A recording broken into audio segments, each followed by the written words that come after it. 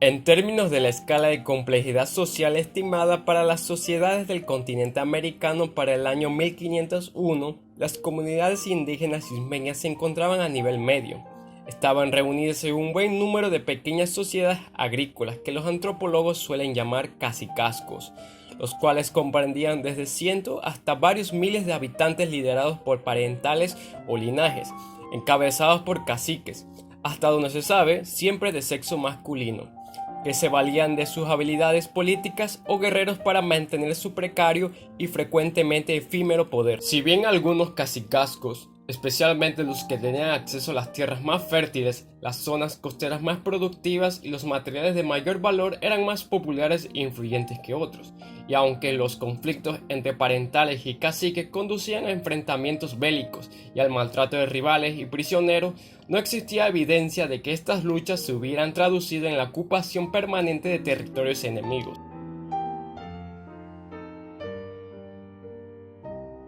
Aunque todas las sociedades humanas hagan ver su singularidad cultural o étnica a través del idioma, la vestimenta, los adornos y las creencias religiosas y las conductas sociales, el engranaje de estos factores es más impredecible de lo que aparenta, siendo especialmente difícil reconstruir datos arqueológicos y etnohistóricos en un área como Panamá que desconocía los sistemas de escritura antes de 1501. Si bien las comunidades precolombinas de Coclé, Veraguas, Azuero compartían la misma cultura material ejemplificada por la cerámica policromada del área cultural de Gran Coclé, los cronistas españoles observaron cada territorio o cacicazgo dentro de esta zona geográfica. Por ejemplo, Chiru, Natá, Escoria, Parita tenían lengua propia. Dicha diversidad lingüística prevaleció también en Chiriquí y en la costa del Caribe de Veraguas. Por el contrario, los muchos cacicazgos distribuidos desde Punta Chame, Pacífico, y Río Indio, Atlántico, hasta el Darín Oriental hablaban, de acuerdo a varios cronistas, una sola lengua, que era la de la cueva.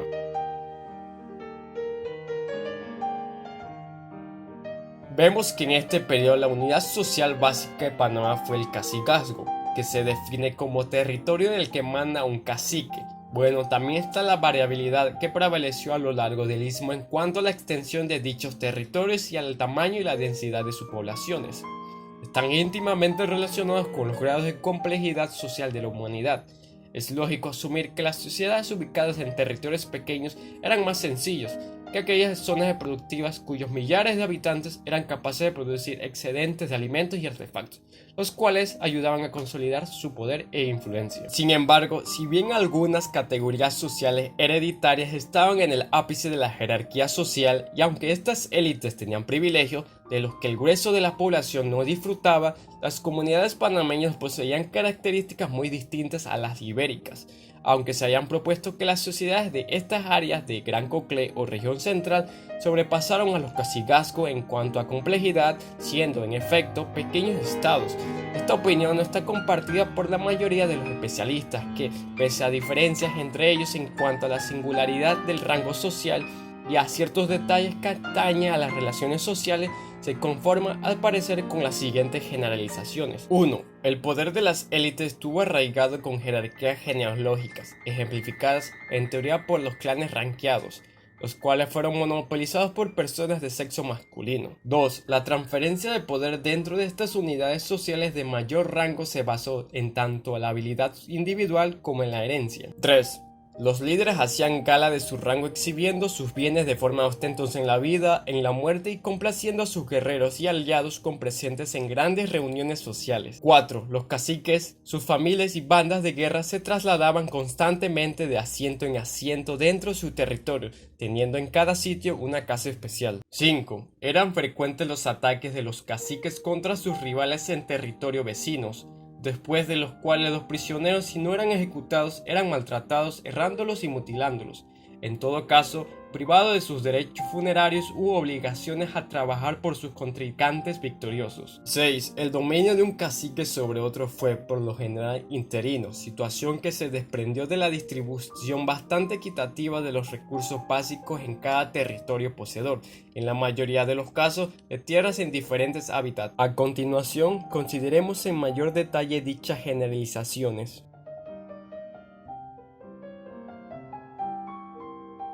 Los cronistas describieron varias categorías sociales de orden jerárquico. Tres términos en la área de la lengua, cueva, kebi, tibe y saco, son traducidos al español como señor o principal.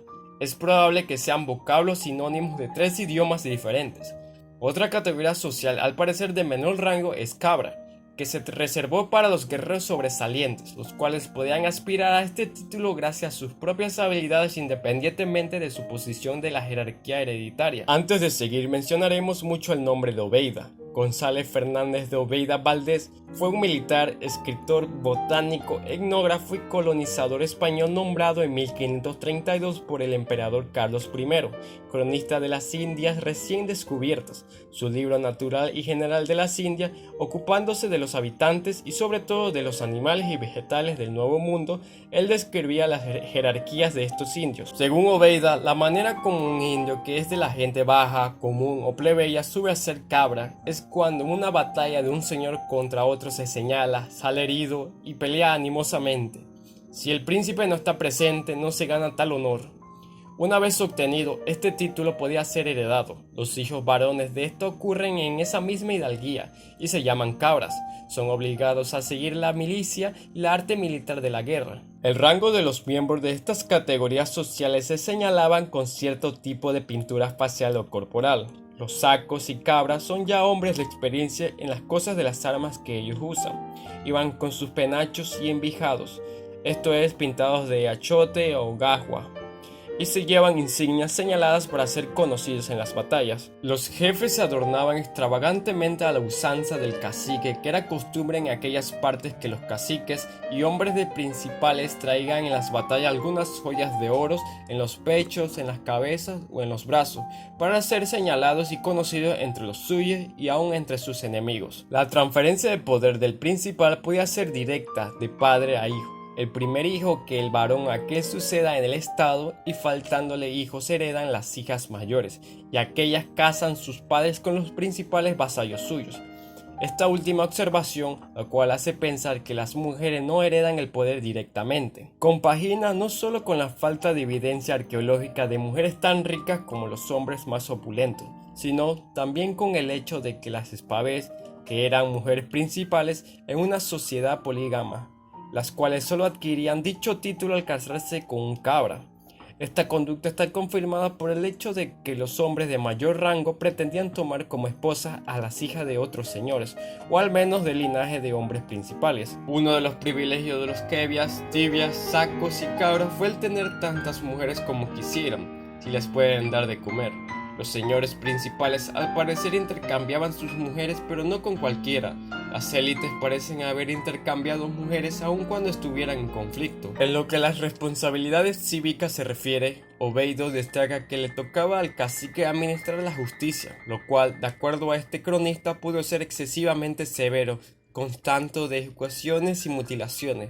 Las ejecuciones de la pena capital correspondía a un alguacil, entre comillas, aunque el cacique podía matar a un saco o cabra. Otro privilegio de los pudientes fue el tener esclavos o sirvientes. En Panamá, también los cronistas hacen ver que uno de los motivos de los ataques a caciques vecinos fue el apreciamiento de dichos esclavos, llamados Paco en la lengua de Cueva, a los cuales se les identificaba con pintura o tatuajes especiales, o con alguna mutilación, como la de extraer un diente incisivo. También se les obligaba a ser porteros en los viajes de trueque, así como a trabajar en la búsqueda del oro y cuidado de las sementeras. Han sido muchos los aportes de los primeros pobladores de Panamá en la cultura nacional del presente. En la actualidad, en nuestro país se consumen muchos productos agrícolas que también eran cultivados por los pueblos autóctonos, como el maíz, frijoles, yuca, camote, pixbay, cacao y diversas frutas. Muchos de ellos incluso se producen actualmente según técnicas desarrolladas antes de la llegada de los españoles. Legado artístico, finos artistas en campos diversos. Orfebrería, trabajaron el oro y algunas aleaciones. Esculturas en lava volcánica, eclípticas, tallados o grabados en piedras finas y otros materiales. Cerámica, se creó una fina cerámica de formas y motivos muy diversos. Textiles. Las mantas de algodón decoradas son el antecesor de las hermosas molas, de inconfundible sello nacional. En Panamá se emplean numerosas plantas medicinales que se basan en una tradición indígena de miles de años. Por ejemplo, sábila contra úlceras, mordidas de serpiente y como laxante. Raicilla, que sirve para forzar el vómito y para hacer más fluidas las flemas de la gripe. La guanábana, que ataca la indigestión. La papaya tiene efecto laxante, igual que el calabazo o totumo. Algunas plantas tienen otros efectos, como el papo grande, combate el asma, y el floripondio contra el dolor de muelas. Herencias lingüísticas. Diversos lugares se llaman según el cacique principal de la región a la llegada de los españoles. Por ejemplo, Guararé, Pacora, Penonomé, Chame. También algunos ríos fueron nominados de esta forma: Chiriquí, Tuira, Tucutí. Ahora podemos entender mejor que la cultura panameña surgió como producto de ese desarrollo cultural que tuvieron los primeros pueblos que habitaron el territorio nacional.